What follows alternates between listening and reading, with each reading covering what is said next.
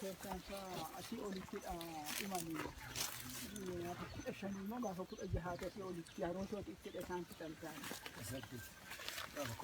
Milkeessaa intala durbaa tokko immoo aannanii jedhu maqaa caakkaa ishee maqaa dhaloota ishee hin beeku.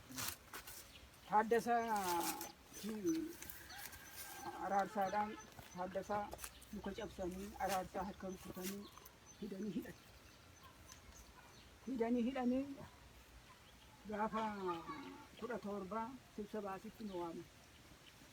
Sitti nu waamanii waan ajandaa araarsaa irratti maqaa keenya argante hin beeku.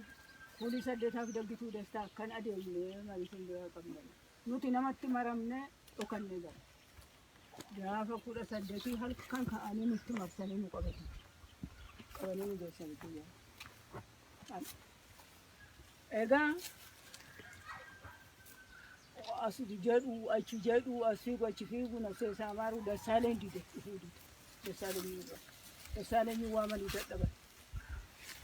Dassaaleen waamanii dadhabanii sa'aatii 12 umma jedhu ijoollee keenya baasanii dadhabu.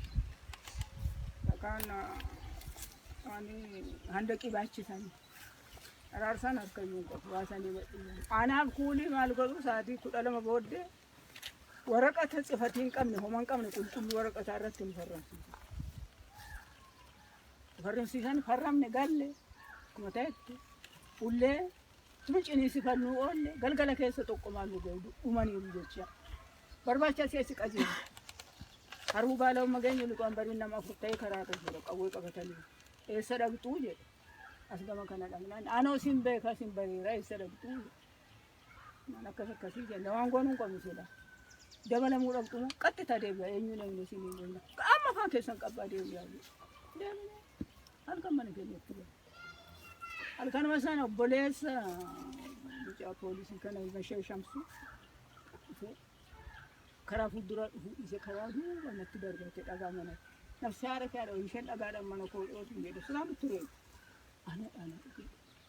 Anoo gaafa gaditti ba'u ijoolleen keenya imaanuu jiru. Eeda sooraa bisarraa eegaadha bullee. Dhagaa maal goona? Dhaqee warra isaanii